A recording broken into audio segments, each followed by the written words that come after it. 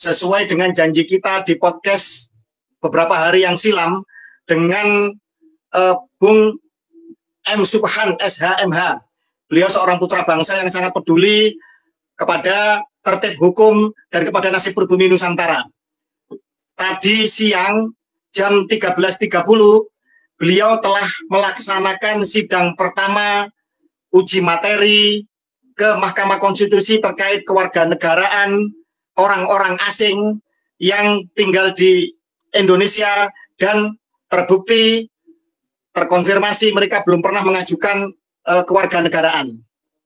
Terutama diantaranya adalah klan Ba'alwi, imigran dari Yaman yang akhir-akhir ini viral disoroti dengan berbagai macam penyimpangan, termasuk pengakuan cucu Nabi yang belum terkonfirmasi, bahkan terindikasi palsu.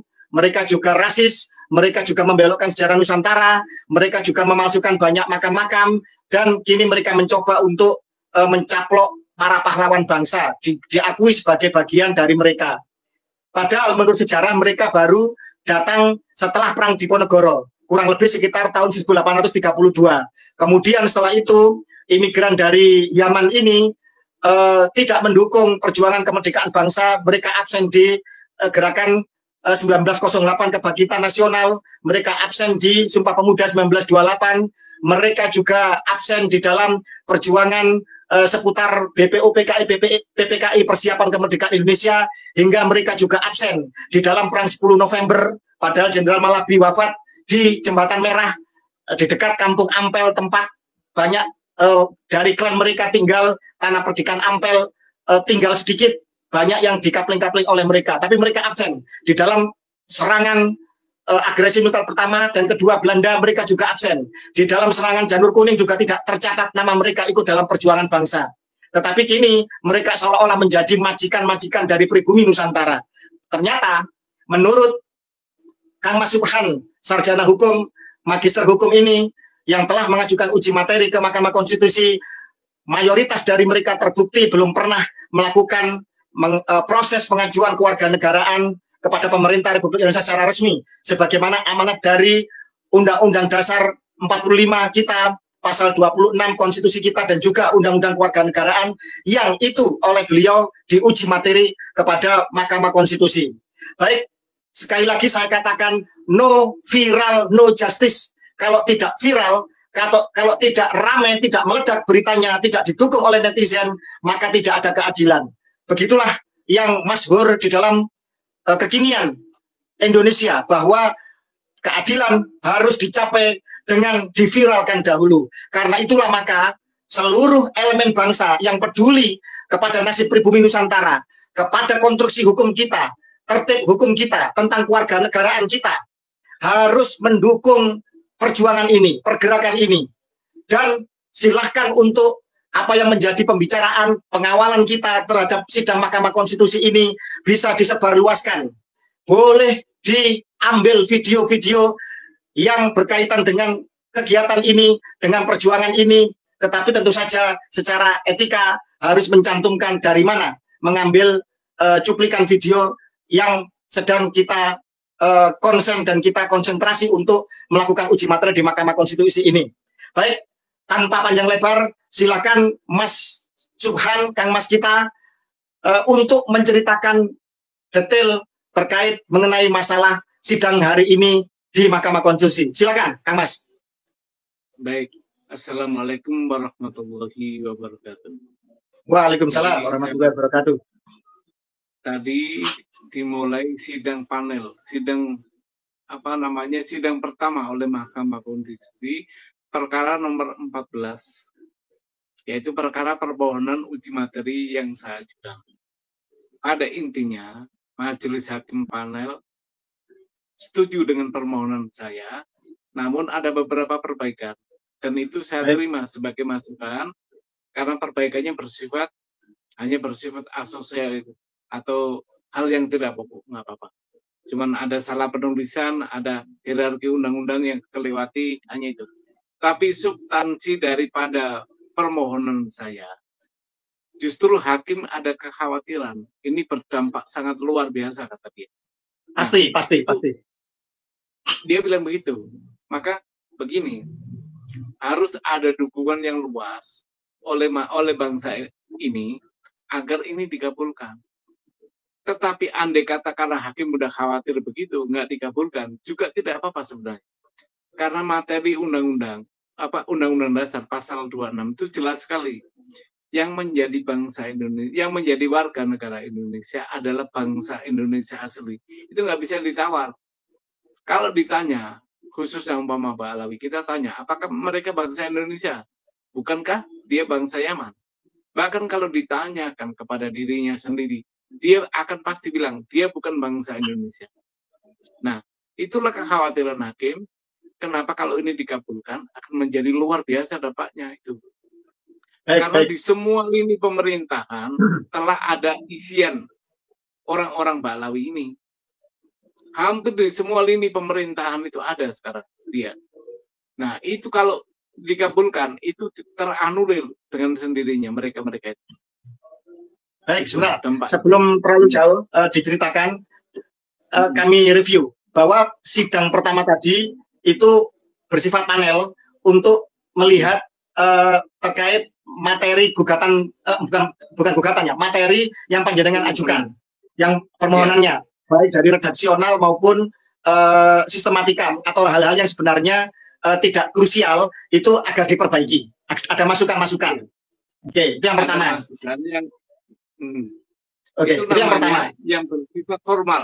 Yang bersifat formal. Oke, tapi tidak substansial kan? Tidak mengubah. Oke, siap. Terima kasih. Kemudian yang kedua, ada statement dari salah seorang majelis hakim yang menyatakan bahwa uji materi ini akan berdampak sangat luas, sangat besar apabila nanti dikabulkan. Begitu? Atau betul. Garis bawahi? Betul. Kita nggak sebutkan nama hakimnya, nggak enak. Tapi ada dari beruangan itu ada suara hakim begitu. Ada suara hakim yang menyatakan bahwa. Iya. Oke. Nah, kalau artinya dampaknya luar biasa. Dampaknya akan luar biasa, berdampak luas, berdampak yang sangat dahsyat ya di dalam kehidupan kebangsaan ini. Seandainya kemudian gugatan uji materi ini ternyata nanti dikabulkan. Jadi begitu. Oke. Tapi tadi saya keluarkan argumen. Sekarang kalau nggak diputuskan, bagaimana sistem kewarganegaraan kita? Kacau. Ada orang asing menjabat di pemerintahan. Kacau bukan itu? Nah, gituin. Argumentasinya itu aja. Nah, sedangkan Indonesia itu menganut azas paternal, keturunan darah dari bapak, dari laki-laki. Itu cukup jelas untuk membuktikan bahwa dia itu dari terah laki-laki nggak ada keturunan bangsa Indonesianya. Maka dia bukan bangsa Indonesia. Harus diputus oleh hakim ini menurut saya. Tapi andai kata tidak diputus, tidak dikabulkan, juga tidak akan berubah status para orang asing ini, akan tetap menjadi warga negara asing. Karena undang-undang dasarnya bunyinya begitu. Baik, sebentar. Sebelum terlalu jauh, artinya sidang pertama ini masih peninjauan terhadap materi panjenengan, itu yang pertama. Baru sidang kedua nanti mungkin sudah mengarah kepada argumentasi hukum ya, yang harus disampaikan untuk untuk pengujian itu sendiri. Oke, begitu ya? Jadi nanti iya betul, sidang kedua masih bersifat panel. Sidang pendahuluan kedua tanggal 24 nanti. Tanggal 24. Nah, 14 hari lagi, 2 minggu lagi. Itu sidangnya menerima argumentasi yang dimasukkan ke permohonan gitu. Jadi argumentasinya apa ini? Kurang, makanya saya akan tambah. Oke, baik, siap. Jadi sidang kedua nanti setelah sekarang diminta untuk ada perbaikan-perbaikan, nanti akan dilihat perbaikannya seperti apa. Jadi masih bersifat panel dulu. Oke, baik. Sebelum melangkah terlalu jauh, apakah nanti diterima atau tidak? Kalau menurut panjenengan pribadi selaku praktisi hukum, panjenengan masih optimis nggak? Kira-kira ini akan dikabulkan oleh majelis hakim? Super optimis, karena tadi hanya satu hakim yang ngomong gitu. Sementara di Mahkamah Konstitusi itu ada 9 hakim. Gitu. Misalkan diterima berarti ada seandainya ada yang menolak, Berarti kan apa ya, dissenting opinion ya istilahnya. Dissenting opinion. Pengambilan suara. Nah, gitu. Pengambilan suara. Oke. Baik. Gitu. Maka dari itu, saudara-saudaraku sebangsa dan setanah air, bangsa ini sedang diuji. Bangsa ini sedang harus berintrospeksi. Dan sebagai pribumi Nusantara, pribumi Indonesia yang mayoritas, kita sedang menelaah tentang orang-orang asing, terutama dari klan-klan Arab dan lebih terutama lagi dari klan Habaib Ba'alwi yang sedang diuji materi tentang status keluarga negaraannya. Artinya, kalau dari sensus 2010, Kang Mas, itu klan Arab itu jumlahnya hanya 0,1% dari seluruh bangsa Indonesia. Kalau jumlah warga negara Indonesia pada hari ini sekitar 280 juta, berarti 0,1% itu adalah sekitar 280 ribu. Bila klan Ba'alwi itu separuhnya misalkan ya, maka sekitar 140 atau 150 ribu. Maka jangan sampai nasib pribumi Nusantara yang 99,99% itu dikalahkan oleh 0,1%. Lah, ini harus dikawal oleh seluruh anak bangsa lintas suku, lintas etnis, pribumi asli Nusantara. Jangan sampai nasib bangsa ini itu kemudian nanti akan dikalahkan atau akan mengalami penindasan yang berulang, sisa-sisa dari residu atau polusi dari penjajahan oleh 0,1% imigran yang didatangkan oleh kaum penjajah, yang sementara itu mayoritas dari mereka. Saya mengatakan mayoritas ya, bukan berarti tidak ada. Saya yakin mesti ada di antara mereka yang sudah mengajukan kewarganegaraan. Jangan sampai kemudian dikalahkan oleh mayoritas dari mereka, dari 0,1% ini yang belum punya status kewarganegaraan berdasarkan amanat konstitusi kita. Nah, terus kemudian selain optimisme dari Kang Mas Subhan, hal-hal apa lagi yang bisa diceritakan pada hari ini tadi, sidang pertama tadi, Kang Mas? Jadi gini, ada satu argumen dari hakim untuk membuat contoh. Nah, saya membuat contoh, kenapa ini harus equal terhadap semua warga negara. Saya bilang bahwa ada warga negara keturunan Tionghoa yang pada awal-awal kemerdekaan, bahkan sampai tahun 80-an, dikejar-kejar aparat agar mengakui atau pulang. Nah, kenapa warga negara Arab itu tidak? Berarti negara telah berlaku tidak adil kepada semua warga negara yang ada di Indonesia. Gitu. Kenapa orang-orang Tionghoa diminta untuk mengurus SBKRI, surat bukti kewarganegaraan Indonesia, sementara orang Arab tidak? Nah, saya kasih contoh itu. Artinya apa? Semua peranakan itu harus mengurus kepada kewarganegaraannya. Nah, peranakan itu siapa aja? Saya jelaskan. Saya tidak mengambil di istilahnya dokumen yang bukan negara punya, tapi dokumen negara berupa apa? Penjelasan Undang-Undang Dasar yang dibuat oleh Mr. Supomo, yaitu penjelasan pasal 26 ayat 1 itu, bahwa yang dapat menjadi warga negara itu peranakan. Disebut di situ ada peranakan Belanda, ada peranakan India, ada peranakan Tionghoa, ada peranakan Arab. Artinya Arab. Memang harus dia yang menjadi sasaran undang-undang kewarganegaraan untuk menjadi warga negara. Karena ini orang Arab ini ditunggu sejak tahun 1946. Itu sudah ada undang-undang kewarganegaraan. Nah, orang-orang Arab, orang-orang peranakan terutama itu dikasih kesempatan untuk mengakui kemerdekaan atau kekuasaan negara kita. Tapi diperpanjang sampai tahun 58. Undang-undang kewarganegaraan nomor 62 itu juga belum mengakui itu orang-orang Arab. Tapi orang-orang warga Cina, warga Tionghoa rata-rata mengakui mengakui kemerdekaan sehingga dia mengurus sebagai warga negara Indonesia. Jadi ditunda dari tahun 47 sampai 58, itu pun orang Arab tidak peduli dengan kewarganegaraan itu, karena memang dia tidak mengakui kemerdekaan Indonesia. Dia ingin menjadi warga kelas 2 saja itu. Itu masalahnya. sebelum melangkah ke prejudice, prasangka bahwa mereka tidak mengakui kewarganegaraan, artinya secara real bahwa ini telah terjadi suatu diskriminasi di mana untuk warga negara peranakan Cina ternyata mereka berbondong-bondong mereka mengajukan kewarganegaraan. Itu yang pertama, patut dicatat. Bahkan ada semacam praktik untuk memaksa kalau nggak mau dipulangkan ke RRC sana, kan begitu. Nah, atau kenapa kok urusan ya, kenapa kok kemudian dipersulit untuk urusan usaha atau urusan apapun, kan begitu? Iya, ya. Urusan apa? Administrasinya dipersulit. Oke.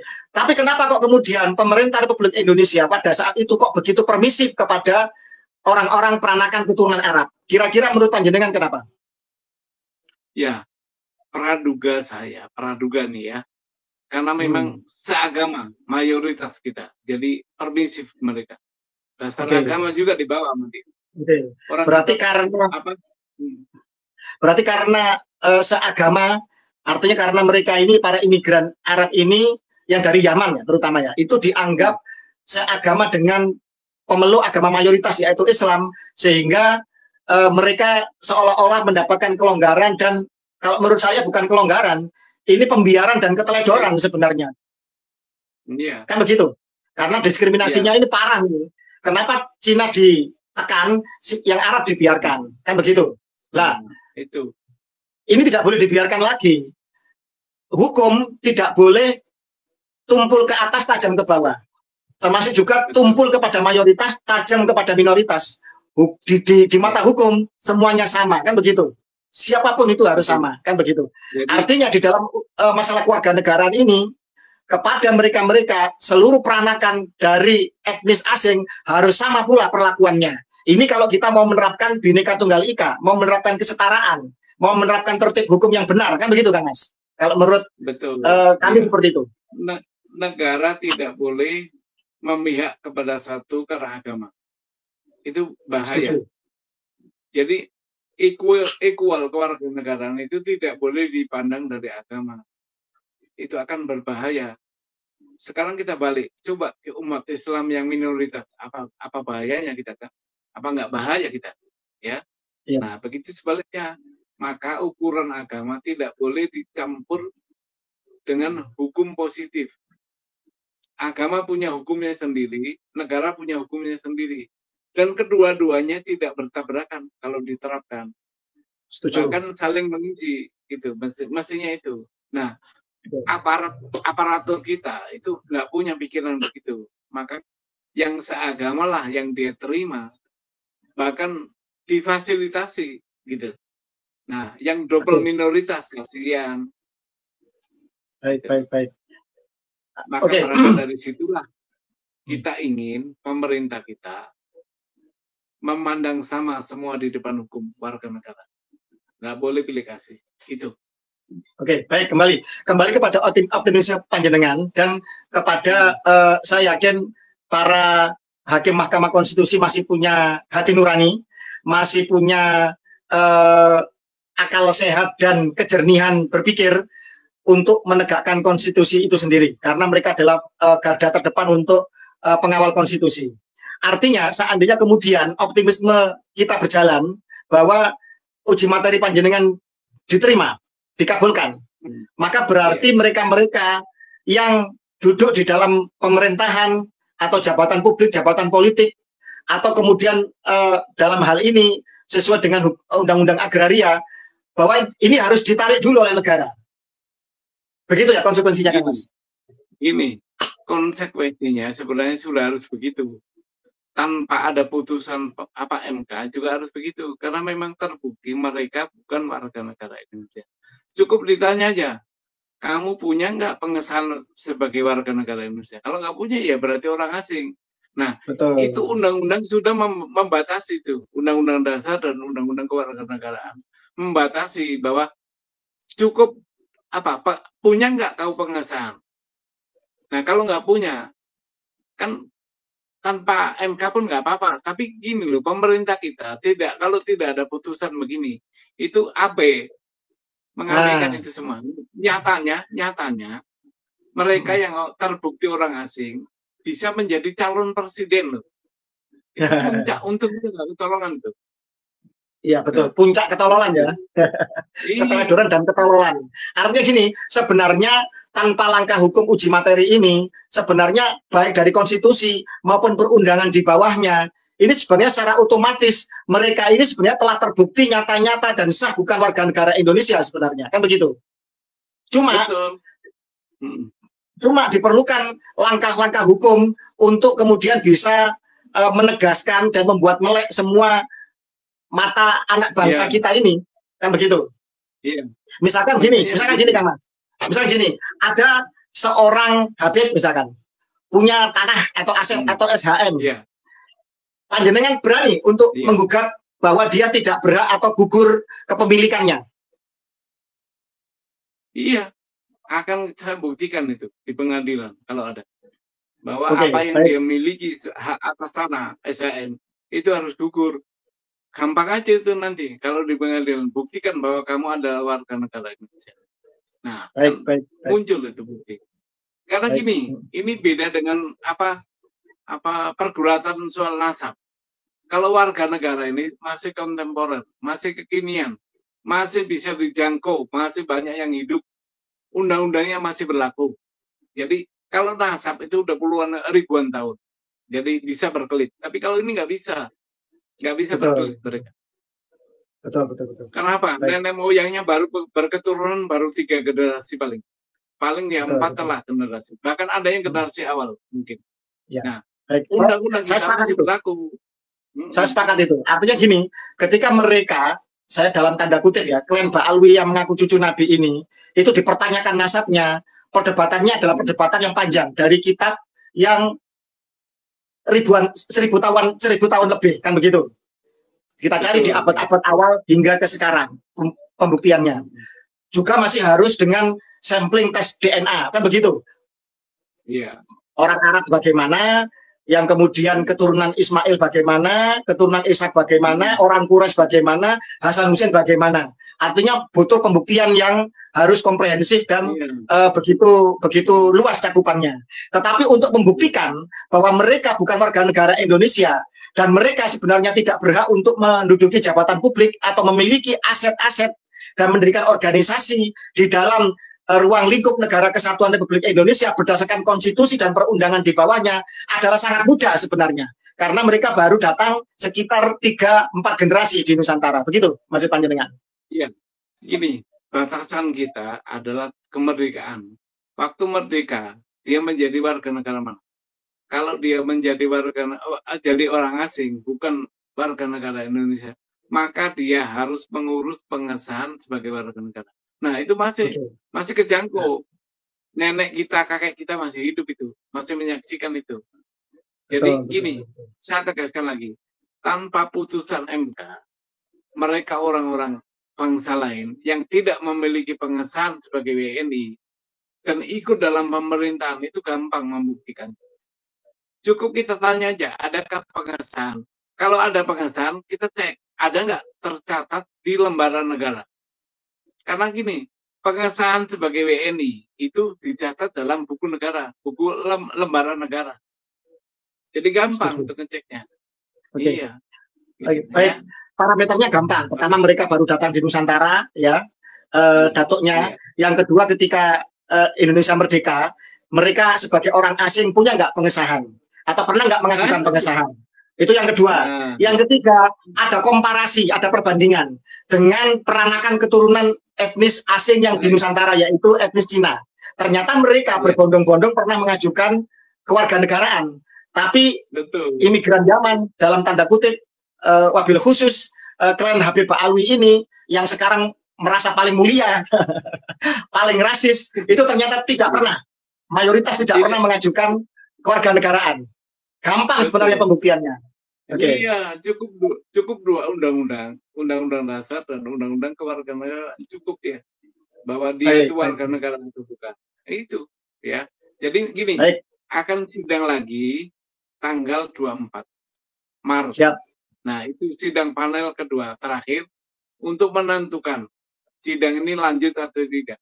Kalau berlanjut, maka yang akan dihadirkan dalam persidangan ini pemerintah, dalam hal ini yang mewakili Kumham dan anggota dan DPRD, DPR RI yang mewakili. DPR RI. Baik. Terus dihadirkan saksi-saksi ahli. Nah, itu. Baik. Pengennya waktu pemeriksaan saksi ahli itu live kita. Oke, siap. Bisa ya, dimohon untuk live bisa ya, Kang Mas? Insya Allah bisa kalau pas pembuktian. Oke, baik, terima kasih. Jadi sudah bisa ya. Jadi Mas Subhan sudah konfirmasi ke Mahkamah Konstitusi bahwa bisa live untuk nanti ketika pembuktian ya dari saksi ahli. Ya. Terus ini, oke, baik. Kembali kepada jalannya yang jenengan jalani hari ini terkait sidang pertama. Terus terkait juga mengenai masalah optimisme panjenengan. Tadi juga terkait mengenai masalah panjenengan statement bahwa tanpa putusan Mahkamah Konstitusi pun sebenarnya otomatis mereka sebenarnya telah nyata-nyata status kewarganegaraannya telah sebenarnya telah tidak ada secara hukum. Artinya mereka bukan warga negara Indonesia. Terus kemudian kita akan melangkah kepada yang berikutnya kan Mas, masalah terkait no viral no justice. Artinya perjuangan panjenengan ini kan benar-benar mutlak sendirian. Benar-benar sebenarnya seorang diri berjibaku untuk mempertanyakan ini. Karena itulah kemudian kita kami menyerukan seluruh segenap anak bangsa, lintas suku, etnis, agama yang merasa pribumi Nusantara, atau mungkin juga yang merasa peranakan dari etnis asing yang pernah mengajukan, mengajukan kewarganegaraan untuk ikut mendukung gerakan ini, agar terjadi keadilan dan kesetaraan di dalam kehidupan bangsa kita. Kang Mas, ini beberapa klan Arab di luar Habib Ba'alwi, terutama yang sudah paling lantang selama ini dari keluarga klan Az-Zubaidi, itu telah berkorespondensi dengan kami, dan mereka mendukung perjuangan pergerakan ini. Kalian Az-Zubaidi, Kang Mas, itu secara DNA benar-benar orang Arab, haplogrupnya J1. Secara haplotype mereka terbukti sebagai keturunan dari garis Ismail bin Ibrahim. Alhamdulillah mereka juga mendukung pergerakan ini, mereka mendukung anti rasisme di Nusantara, mereka mendukung kesetaraan, mereka mendukung Bhinneka Tunggal Ika, dan alhamdulillah sangat surprise mereka juga mendukung tentang perjuangan pergerakan panjenengan. Dan kami mengundang kepada seluruh segenap lintas etnis, baik asli pribumi maupun non pribumi yang telah menjadi warga negara Indonesia, yang dulu terutama etnis Cina ya, atau klan-klan Arab yang pernah mengajukan kewarganegaraan untuk ikut mendukung pergerakan ini. Karena apa? Agar bangsa ini bisa menerapkan kesetaraan di depan hukum. Tidak ada tebang pilih, yang ini karena non-muslim kemudian dianaktirikan, yang ini karena sesama agama kemudian dibiarkan. Nah, kalau ini terjadi, nanti non sewu orang Islam mencuri, korupsi, ya vonisnya cuma, mohon maaf, 10 tahun. Kalau orang non-pri atau orang-orang non-muslim korupsi, vonisnya hukuman mati. Nah, ini kan bahaya kalau kemudian terjadi tebang pilih. Nah, ini ujian ini tentang kewarganegaraan ini. Monggo Kang Mas, karena itu nanti di link ini nanti akan diberikan juga contoh amicus curiae. Amicus curiae ini adalah sahabat pengadilan untuk dukungan baik secara pribadi maupun kelembagaan, ormas dan lain sebagainya mendukung pergerakan dan perjuangan ini. Monggo Kang Mas, ini sudah 35 menit, hampir 30 menit. Saya mohon closing statement, dan boleh mohon dukungan, boleh mohon doa, boleh statement panjenengan apapun, boleh. Silakan, closing statement, silakan. Begini, kawan-kawan sahabatku sekalian, saya berjuang ini demi bangsa dan negara. Jadi saya mohon dukungannya yang diwujudkan dengan amicus curiae. Jadi dengan surat namanya sahabat pengadilan. Cukup itu. Banjiri MK dengan surat itu supaya dikabulkan. Ya. Banjiri surat-surat sahabat pengadilan ini ke MK dari segala penjuru, dari semua lapisan masyarakat, dari tokoh-tokoh agama, tokoh-tokoh budaya, tokoh-tokoh yang lainnya boleh. Ya, jadi cukup itu aja, nggak perlu datang, nggak perlu hadir. Cukup banjiri MK dengan surat sahabat pengadilan. Sahabat pengadilan. Ya? Oke, itu saja. Terima kasih. Terima kasih, Mas. Jadi itu harapan beliau. Selain beliau mohon doa, tetap sehat. Semoga beliau tetap sehat, semangat, fokus.